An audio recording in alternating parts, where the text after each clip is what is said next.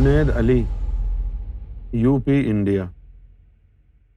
گستاخی معاف، میں بھی پرچار کرتا ہوں، لیکن ہمیں پتہ نہیں چل رہا ہے کہ ہمیں سرکار نے اپنی غلامی میں لے لیا ہے یا نہیں۔ ابھی تو آپ ذکر کی بات کریں، ایمان کی بات کریں، غلامی تو بہت آخر کی چیز ہے نا بھائی۔ وہ غلام کیسا ہوگا جس کو پتہ ہی نہ ہو کہ وہ غلام ہے؟ جب غلامی عطا ہوگی تو سب سے پہلے آپ کو پتہ چلے گا۔ ابھی میں آپ کو آنکھیں بند کہوں کہ آنکھیں بند کرو، ٹھیک ہے، اور پھر میں آپ کو کہوں کہ آپ کے برابر میں ایک لڑکی بیٹھی ہے اور میں آپ کا اس سے نکاح پڑھا رہا ہوں، اور میں آپ کو کہوں کہ بھائی اس نے قبول کر لیا، اب آپ قبول کر لو، قبول ہے قبول ہے قبول ہے، ٹھیک ہے نا۔ اس کے بعد جو ہے آپ کی آنکھ ہی بند رہے، نہ کوئی دلہن آپ کے پاس ہو، نہ آپ کو کچھ نظر آئے، تو کیسے پتہ چلے گا کہ آپ کی شادی ہو گئی؟ نہیں نا۔ جبکہ آپ کی آنکھیں کھلی ہوں گی، آپ کو دلہن نظر آئے گی، آپ اس کے ساتھ رہیں گے، تو پھر آپ کسی سے پوچھیں گے نہیں جا کے کہ یار میری شادی ہو گئی ہے؟ پوچھیں گے؟ کیونکہ آپ نے دیکھا ہے نا کہ سامنے آپ کی بیگم بیٹھی ہے اور بیگم کے ساتھ ازدواجی تعلق بھی قائم ہو گیا ہے نا۔ اسی طریقے سے جب آپ غلام بنیں گے تو آپ کے لطیفہ نفس کو پاک کرے گا مرشد، آپ کی قلب کے جسوں کو پاک کرے گا، اس کے بعد ان کو اپنی خدمت میں رکھ لے گا۔ کیا کر لے گا؟ ہاں۔ ایک دفعہ ہم کو کہا گیا کہ تو لوگوں کے سامنے بہت بولتا ہے، تو لوگوں کے سامنے بہت بولتا ہے۔ اب ہم کو اس کی تشریح بتا کیا ہے۔ لن تنالوا البر حتى تنفقوا مما تحبون، تو ہم نے بیان کر دی کہ اللہ کی راہ میں وہ چیز قربان کرو جو تمہیں سب سے زیادہ پیاری ہے، یا تمہارا مال، یا تمہاری انانیت، یا تمہاری اولاد، یہ چیزیں ہیں نا۔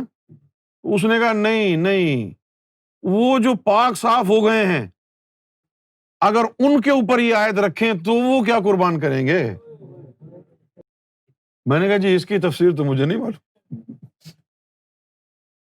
انہوں نے کہا کہ یہ تفسیر تو گناہ گاروں کے لیے ہے نا، کہ وہ اپنا مال قربان کریں، اولاد قربان کریں، اپنا چین سکھ آرام اللہ کی راہ میں قربان کریں، پیسہ قربان کریں۔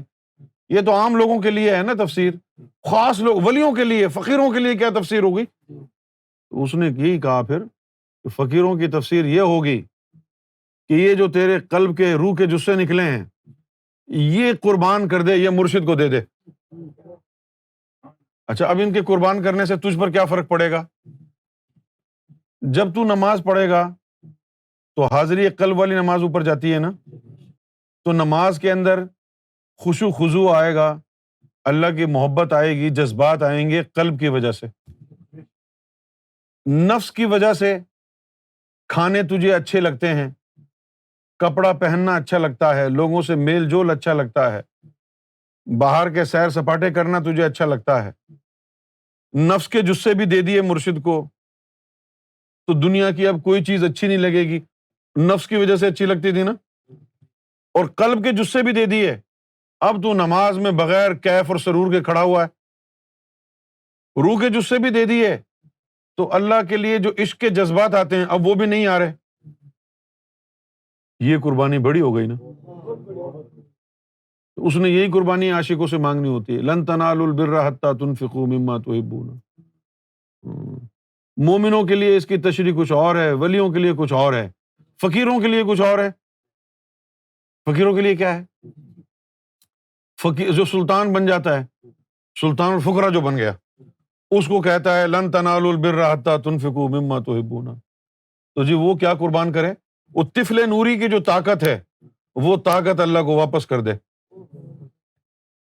طفل نوری کی جو طاقت ہے وہ اللہ کو واپس کر دے، اور بغیر اس کے پھر تو اس سے عشق کر، تو وہ ساری زندگی اسی میں لگا رہتا ہے۔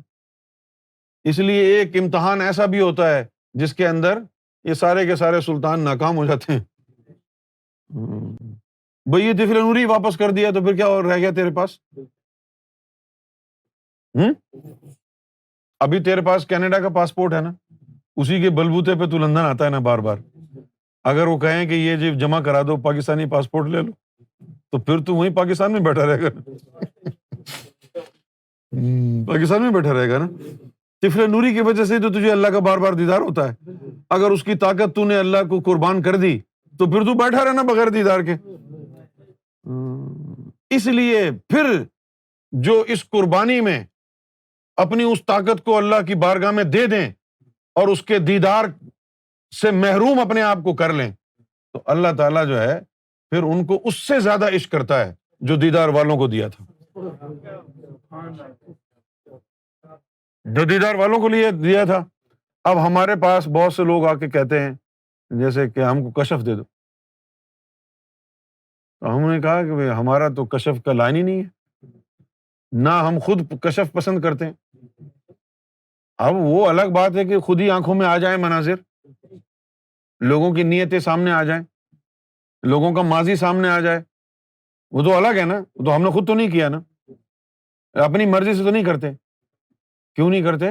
کہ اللہ تعالیٰ نے فرمایا ان اللہ یحب المتوکلین, اللہ پہ توکل کرتے ہیں, توکل کرنے والوں کو پسند کرتا ہے. کچھ طاقت ہے دیکھنے کی لیکن اس کی خاطر چھوڑ دیا, نہیں دیکھا, اس کی خاطر چھوڑ دیا. یہ قربانی دینے کا جذبہ ہے. سب کچھ تیار ہو جائے, جثے لطیفے سب بیدار ہو جائیں, تیار ہو جائیں, پرواز کے لیے تیار ہو جائیں, اور اس وقت تو کہے جی مجھے غلام بننا ہے, چلو جی سارے جثے ادھر دے دو. خالی ہو گیا تو, جسم گوشت کا لوتھڑا رہ گیا, ایک تماچا رہ گیا, ایک بے بس انسان رہ گیا. یہ ہے عشق کی بے بسی کہ عشق کی خاطر اپنے اندر کی تمام چیزوں کو نکال کے دے دیا, جسوں کو نکال کے دے دیا, اور جو ساری زندگی نور کمایا وہ لوگوں سے گفتگو کر کر کے اپنی آواز کے ذریعے وہ نور لوگوں کو تقسیم کر دیا. کسی کا ایمان کمزور دیکھا فوراً اس کو روحانی طور پر توجہ کر کے اپنے سینے کا نور اس کے سینے میں ڈال دیا. کیوں؟ اللہ کا حکم ہے, جو کچھ کمایا ہے تقسیم کر دو میرے مخلوق کو. یہ ہے خرچ کرنا. تو جو قرآن مجید میں آیا ہے نا کہ وہ جو اللہ نے رزق دیا ہے اس کو خرچ کرو, وہ یہ والا رزق نہیں, یہ تو ہر مذہب والا کرتا ہے. وہ رزق نورانی رزق جو تو نے چلے مجاہدے کر کے اپنے سینے میں نور جمع کیا ہے وہ لوگوں کو بانٹنا. الف لام میم ذالک الکتاب لا ریب فیہ ھدی للمتقین الذین یؤمنون بالغیب ویقیمون الصلاۃ ومما رزقناہم ینفقون. جو تجھے رب نے رزق دیا ہے سینے میں موجود ہے وہ لوگوں کو بانٹ دے تاکہ ان کے اندر بھی, لوگوں کے اندر بھی رب کی محبت کا جذبہ پیدا ہو سکے. وہ نور اپنا بانٹ دے سب.